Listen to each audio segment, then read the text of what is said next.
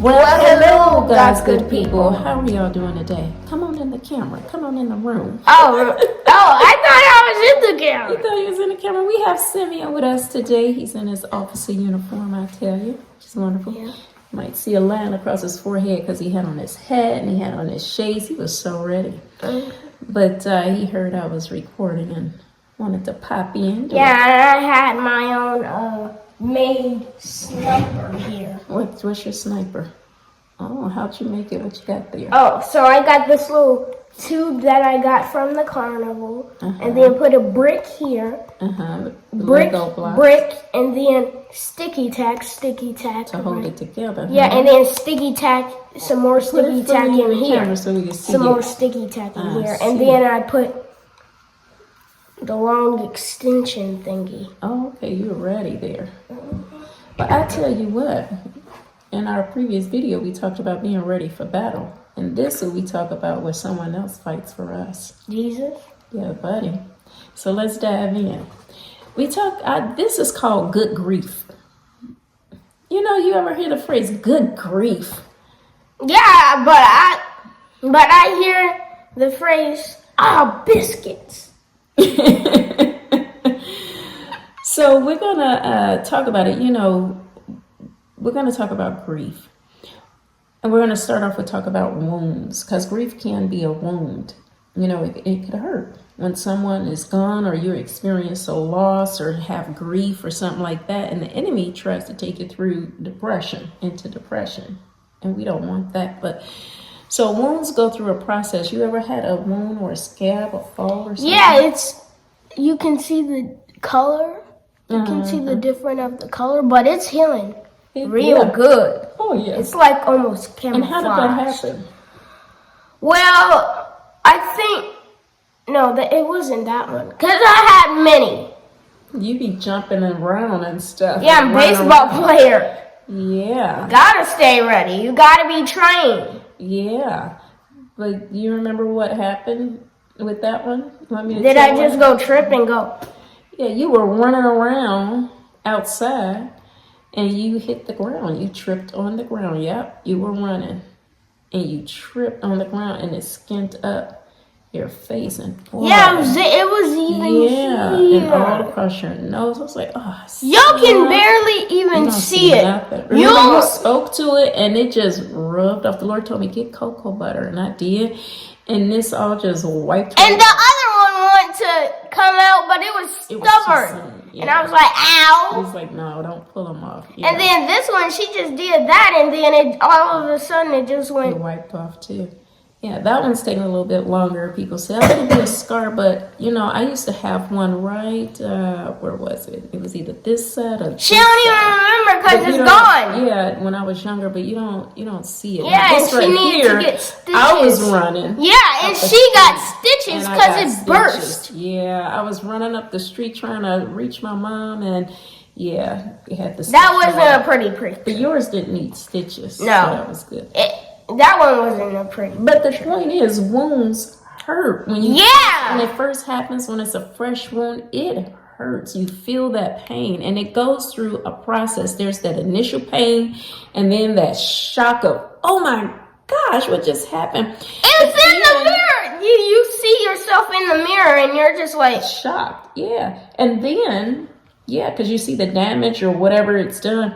And then the next process that I can recall, you have to go through the cleansing process, the disinfecting process. Yeah, at least that don't hurt. Right. Or at least. Well, sometimes it could burn. It could sting. Yeah, because. Cleansing can sting. That's like alcohol. Yeah. When you put alcohol on. A fresh something. Yeah, then it like. Yeah! Yeah, when you're trying to clean it, disinfect it. And then you go through where you bandage it up. Sometimes you cover it, you use Band-Aids or sutures. Yours didn't need sutures, stitches, mine did. Yeah, some people, if they get Band-Aid because of the bleeding. Yeah, if somebody get their arm, ripped or busted or something like that. Yeah, you get that little. The sling. Mm-hmm. I'm just glad you don't get spin around and get dizzy from all that David spinning. Oh. You know, the sling. The sling that was in David's hand. And then the sling. Oh, like the sling in the arm. Yeah. Play on words for you. Yeah, pun intended. Let's see what else. So then there's the healing maintenance. Depending on the wound, you might have to change the bandage often, or, you know, get the sutures out, or, you know, keep it clean. And it depends on the type of wound. I do know a YouTube family, and what the girl said, each time we just kept peeling it off, and we got used to it, and I was like, ow, and all that. Oh, with the band-aids and stuff, just yank it right off. Ooh, that hurts. I sure do. You don't want to be like that. No. And so then after you go through that healing maintenance of it, you know, taking care of the wound, looking at it, you nurse it, you take care of it. Well, then the next thing is new skin and new scabs. Yeah, I'm just glad you don't have to yank that off. No, but you get new skin, new scab.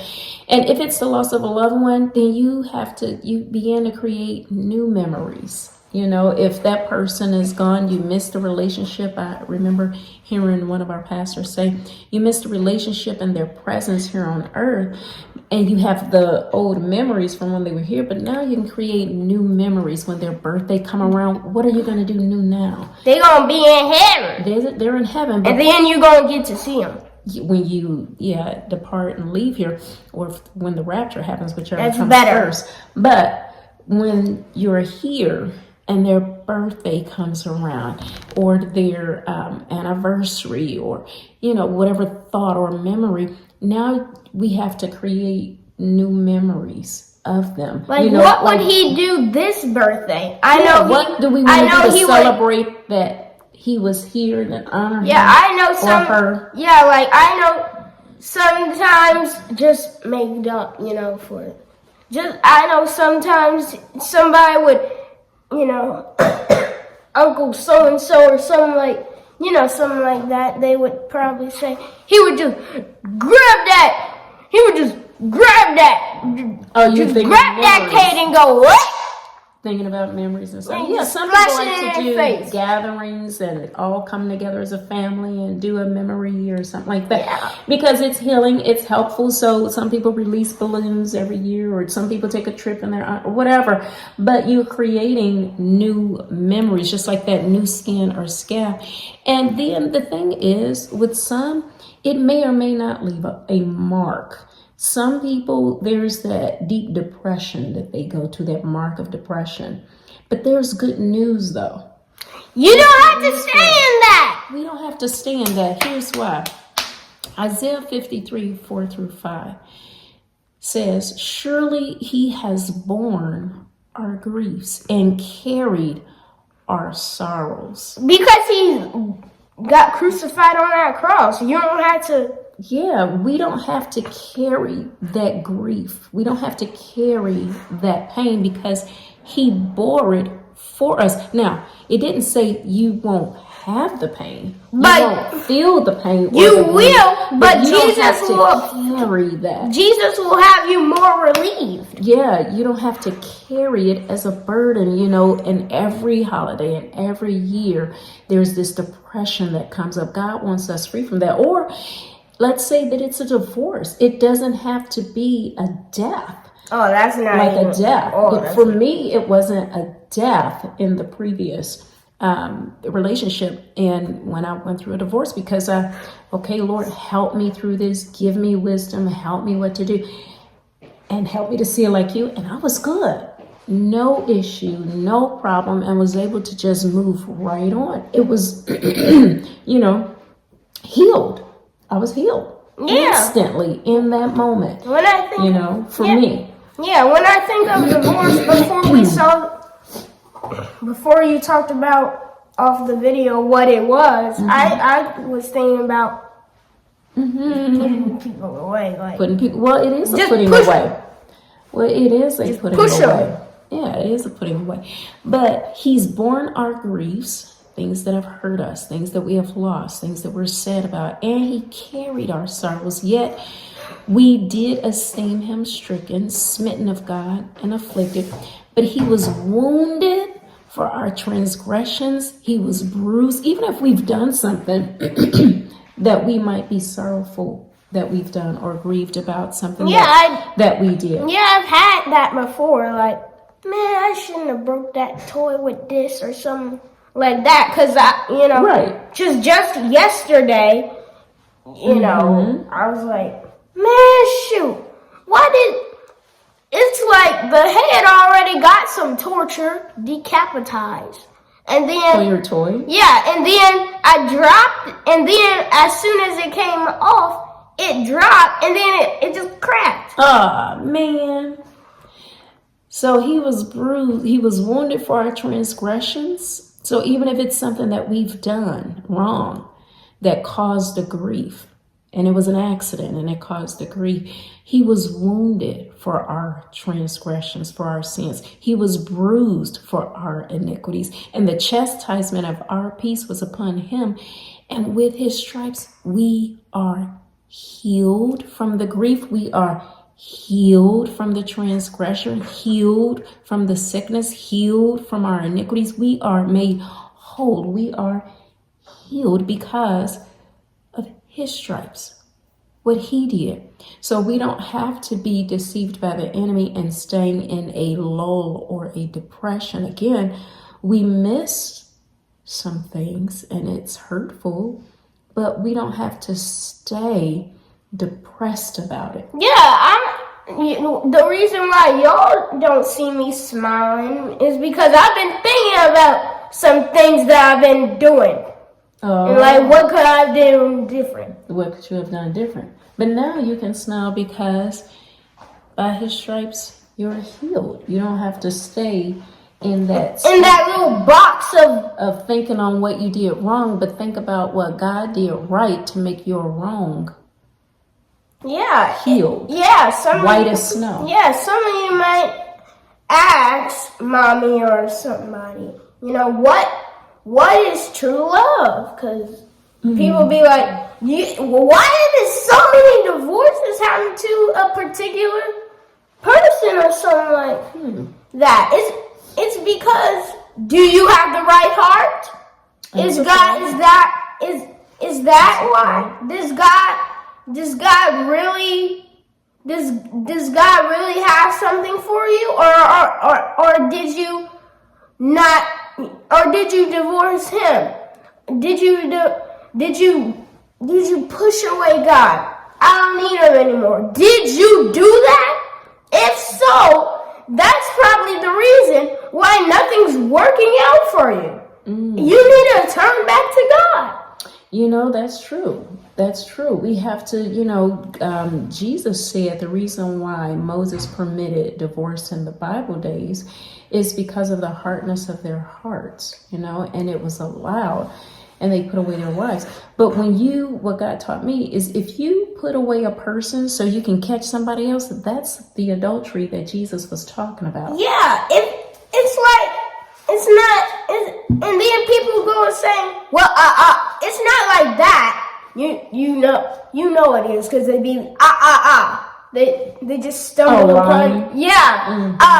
No, it's not like that, isn't it? And I just be like, Yeah, well, God sees their hearts regardless of what they're saying, because some people just might stumble because they're shocked and don't know how to communicate, but some people do lie when they do that. But God knows each person's heart, and that's what he looks at too. Yeah, sorry. Yeah, but it's like in another person's way. Well, if you think you so smart, and then they do that, then what was the First Chronicles? They don't even know. Is that because you be doing that, asking us questions like that, and you don't be knowing? You be like, how much is 5 plus 4 plus this plus that, and then subtract this plus this with no paper? That is not the mental math we want to be doing. No. And then you be rattling it off, and they're like, how much is that? That's kind of like what you're saying some of them be doing. What is this? But what we're saying in a nutshell, coming back to the grief, and we kind of got off topic, in that is that, and maybe that divorce part was for somebody because we did touch on it and mention it, of grieving if there's a loss of marriage or something like that. But the bottom line is, it was our grief that he bore, our sorrows that weighed him down. And by his stripes, we are healed. No matter what it is, we're healed. Yeah, see? So you don't have to go through that grief of that sorrow, or as some people say on cartoons, good gravy, instead of grief. But anyways, like, why are you divorcing if you like some other man or woman? If you like some person and then you divorce that person and go to that person, that's adultery. Right. And then you divorce that person because you see another person. Yeah, and the cycle continues. Yeah, and I'm like, wait, why are you wanting to marry a person with blacklisted? That's blacklisted? That's some word.